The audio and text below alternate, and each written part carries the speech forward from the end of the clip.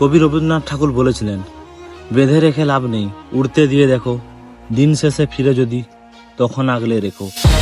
আসসালামু আলাইকুম গাইস, কেমন আছো তোমরা সবাই? আশা করি তোমরা সবাই ভালো আছো। সো আজকের টপিক হচ্ছে ভালোবাসা। ভাই ভালোবাসা, 4টে অক্ষরে একটা শব্দ ভালোবাসা। ভাই বলতে যতটা সহজ, রিয়ালিটিতে কিন্তু তেমনটা না। ভাই ভালোবাসার জন্য কেউ কাঁদে, কেউ আবার হাসে, কেউ আবার সুসাইড করে, আবার কেউ ভালোবাসার জন্য হাতে পায়ে ধরে। ভাই ভালোবাসাটা খুব সুন্দর, ভাই খারাপ বলবো না, তবে জোর করে নয়। ভালোবাসা কোনোদিন জোর করে হয় না।